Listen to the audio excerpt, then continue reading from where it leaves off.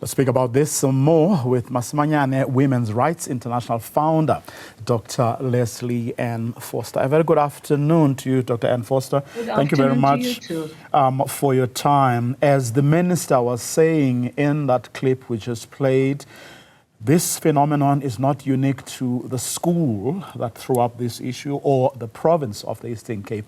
It is indeed a widespread problem. Yes, the recent study by the Human Science Research Council found that gender-based violence in the Eastern Cape is double the levels that we have in the rest of the country. So it's not surprising that the schools have become an easy environment for predators, to prey upon children, upon learners in those institutions. And I think we have a very serious problem. We're talking about 7 teachers and 5 schools here. But I'm sure that if we investigated, we would find out that the problem is far larger than we think. We are failing our girl children.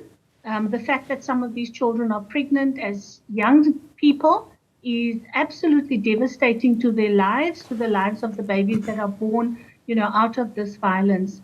And I believe that, we need to step up the prevention of gender-based violence in schools, whether it be from fellow learners, or from teachers, because it is equally horrific for young girls to experience this kind of problem.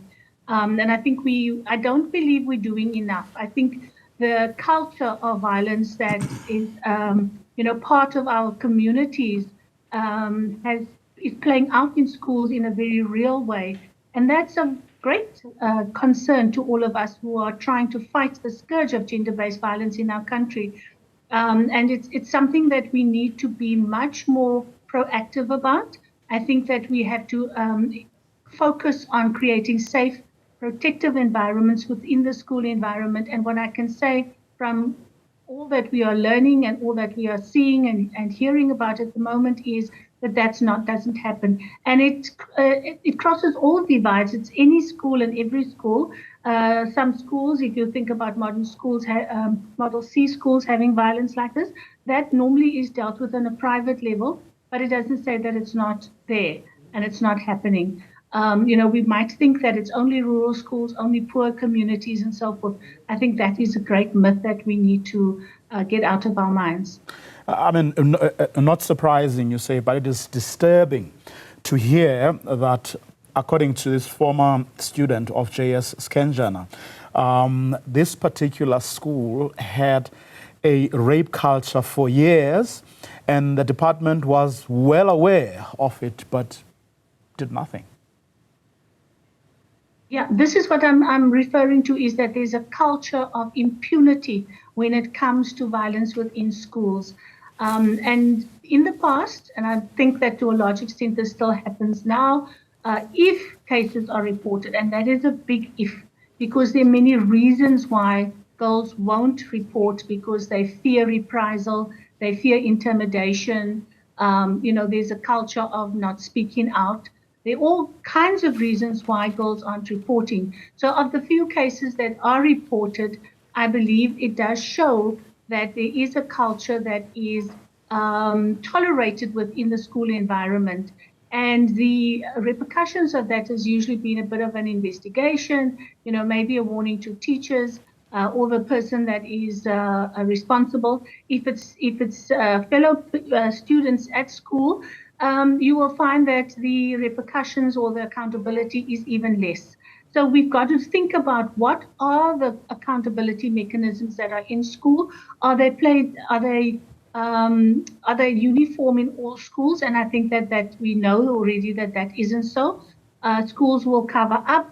They may remove a teacher, but the teacher will be able to apply to another school. So I'm happy to hear that there are, initiatives to blacklist or to have the teachers that are responsible for such violence actually put on the sexual offences monitor, and that they would not be able to apply to other institutions, because a teacher who has, raped a child, and this is child rape, we shouldn't be calling it anything else, will do it again and again and again, and sometimes the families are offered, some kind of compensation, but the damage is done. The damage is done economically, socially, to that child and to the child born, if there's a child born out of such an incident of violence. So it's a very complex issue, but it's one that we need to be taking a lot more seriously.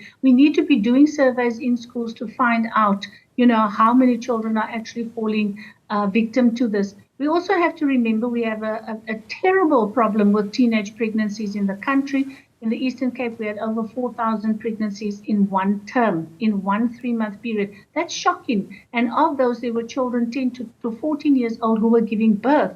That's a problem. Do we hear about arrests of perpetrators? Very few are actually made. So, the problem is bigger. We also have a problem of HIV infection rates, highest amongst young girls.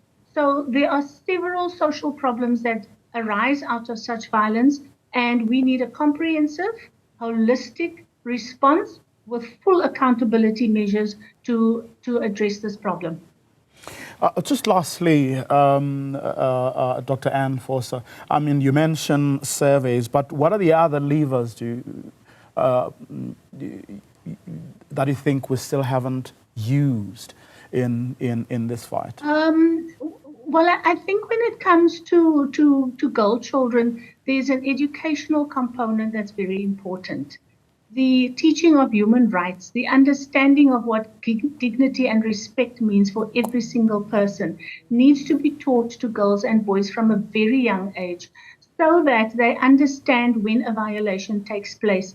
Education is key. Education also on what kind of mechanisms there are, accountability mechanisms, that needs to be in place. And then you need to have a safety officer in the school environment who is trusted, whom any learner can actually turn to ask for assistance, can go and report a case, and then who's taken seriously and where that case is followed up on. So there are definitely several mechanisms that we can put in place to provide a safer environment, a protected environment for girl children. But consistency is important and accountability is key. So we're going to leave it for today. Dr. Lesley Ann Foster, from Masimanyane Women's Rights International founder.